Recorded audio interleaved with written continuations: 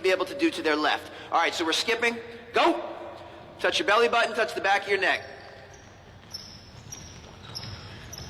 And backwards. Basketball is a rhythm game. It's a rhythm game. So we want to develop the central nervous system. We want to create some rhythm with everything they do. We're going to keep the ball up nice and high, and we're going to sway side to side. Sway side to side while we skip.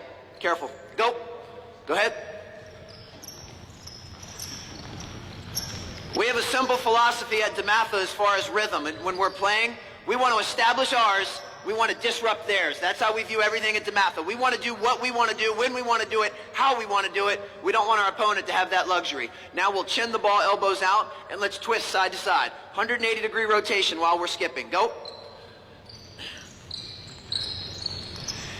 Back to the brick-by-brick philosophy. Most coaches take a look at the warm-up, and they simply say, what can I accomplish in 8 to 10 minutes? And I understand that looking at it as an isolated time, isolated 8 minutes, you really can't accomplish a ton. But it goes back to the brick-by-brick philosophy. See, I'm fortunate enough to get kids at DeMatha as 14-year-old freshmen in high school. And I'm allowed to work with them 5 to 6 days a week, most weeks of the year, for the next 4 years. That's a lot of bricks. That's a lot of times, a lot of repetitions where we can change movement patterns. So if you give me a 14-year-old and that young person has difficulty squatting correctly, or they're not very coordinated when they skip, it's okay. We're going to be able to address it every single day. That's why the warm-up is so important. And I said it yesterday, and I said it every single time I talk. If you don't leave here with anything else, leave here with this. When you go back and you run your next practice, don't you dare just have your kids jog around in a circle 3 or 4 times and then sit on their ass and pretend to stretch. You're doing nothing with purpose, and you're not doing anything to physically or mentally engage them to compete. I want to challenge you to broaden your thinking to make sure that everything you do, brick by brick, is done with purpose. We're going to do the same things. Go ahead and spread out, guys. All the way to the end, my friend. We're going to face this direction, and now we're just going to laterally gallop side to side. Not really a defensive slide, but I want to get some lateral movement to loosen up your groin. We're going to do the same 3 things with the upper body. So you're going to touch the ball to your belly button and the back of your neck. A nice lateral gallop. When you hit there, come on back. Go.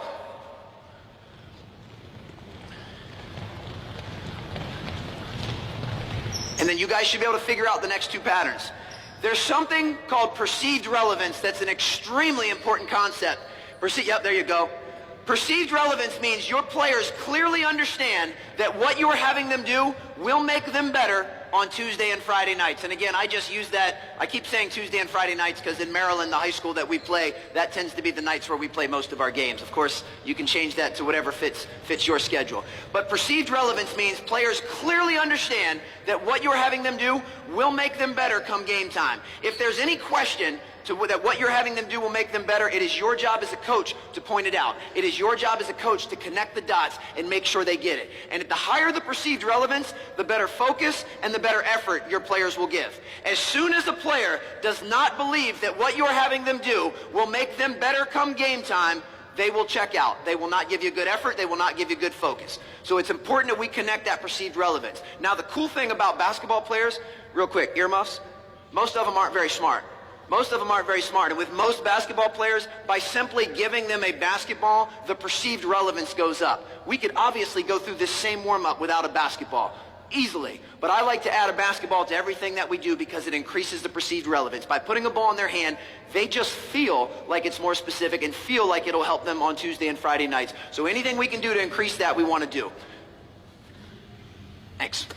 I'm going to put the ball between your feet. We're going to face this direction. You're going to drop your butt down, chest up, shoulder blades back, and we're just going to walk the ball nice and slow. Really getting those hips going, get that groin going. Want to make sure your feet stay parallel. They don't open up like a W.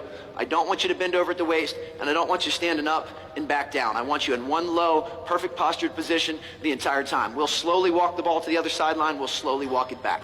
Take your time. Slow and low will win the race. Now, I went through a much more extensive warm-up yesterday, and of course, for anyone that wasn't here, I believe Adam said you're going to be able to watch that stuff online. So I'm going to keep today's warm-up really brief because I've got so much other stuff I want to share with you in the next 48 minutes. So as soon as go ahead and right back, same thing. Anything we do to our left, we do to our right. As soon as we're done this real quick abbreviated warm-up, I'm going to take them through a few mobility exercises. I mentioned yesterday, for those of you that work with females, females are 5 to 8 times more likely to suffer an ACL injury than males. Some of that is due to some genetic differences we can't address. A lot of that is due to some training factors that we can address.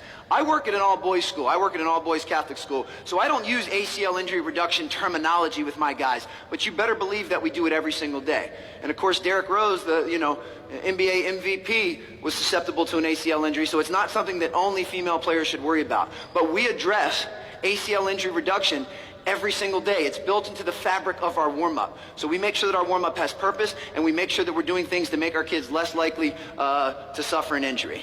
You guys can just leave the balls where they are and just come on out to your about rim to rim. Just move your line forward, rim to rim.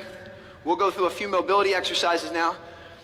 For the most part, when it comes to strength and conditioning, and this mindset is rampant in the United States, is that more is better. If strength training twice a week is good, then strength training 5 times a week is better. If running 2 suicides is good, then running 20 of them is better. And for some reason, that's just the U.S. mentality. And from a strength and conditioning standpoint, that is not true. More is not better. Better is better. We need to make sure that everything we do is high quality. People are actually shocked at how little, from a volume standpoint, that we do at DeMatha to get our kids in tremendous basketball shape. So we want to make sure everything we do is quality. All right, first thing you're going to do, we're going to really address mobility in your hips. We're going to get down in a plank position, everybody, which is the upper part of a push-up position. Your hands are directly under your shoulders. Your feet are the same width as your hands. I want you to bring your foot up so that your toes are in front of your fingers. Your arms are inside of your knee. Your back leg is as straight as you can get it. And I want you to look up and reach up for 5 good reps. Look up and reach up for 5 good reps. When you get those 5 good reps on that hand, keep your legs where they are and get 5 good reps with the other hand.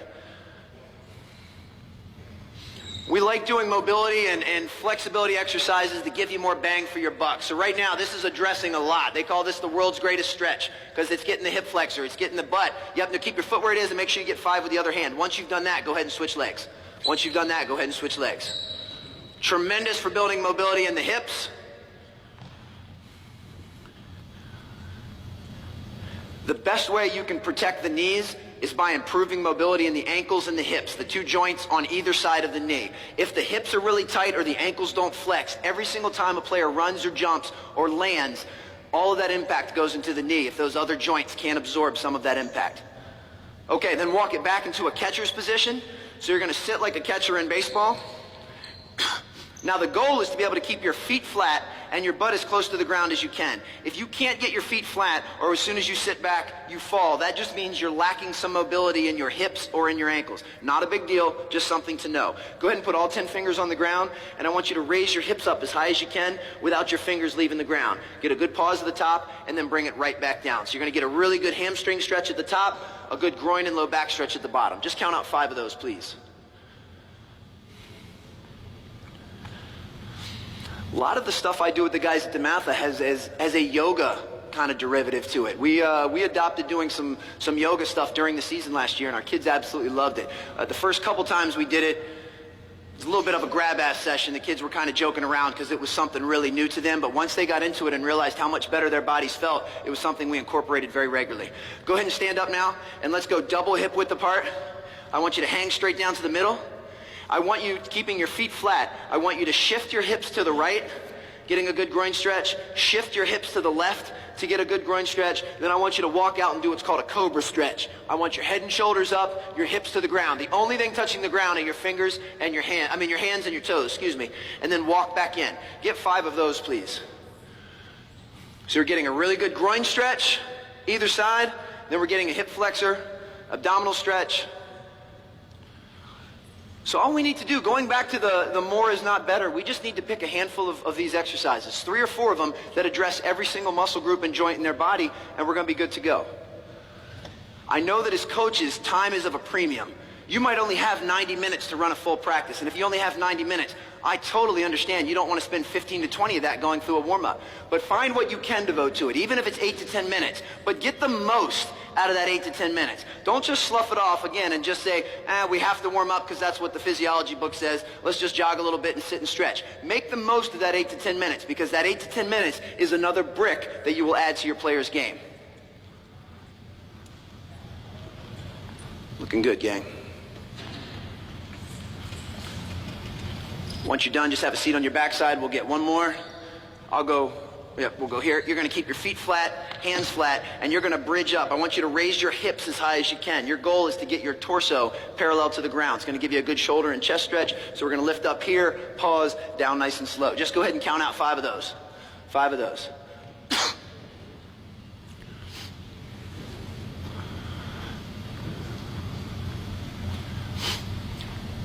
Aside from the mobility work, anything that your players do as part of your warm-up, you can find a way to make it progressively more intense, and then that can be part of the actual workout. Anything that you actually have them do during your workout, you can find a way to make it less intense and incorporate that into the warm-up. The reason all of this stuff is interchangeable is because it all has purpose. So we want to make sure, oh, go ahead and stand up.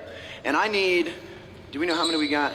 Let me get, and it doesn't matter if it's boy or girl, let me get 6 in red and 6 in black. And they're going to be right here on the court. Everyone else can just have a seat. It doesn't matter who it is. 6 in red, 6 in black. We can mix up boy, girl, but it's going to be red versus black for the first thing that we're doing. It's got to be quick. Time's counting down here. Let's go. 6 in black, 6 in red.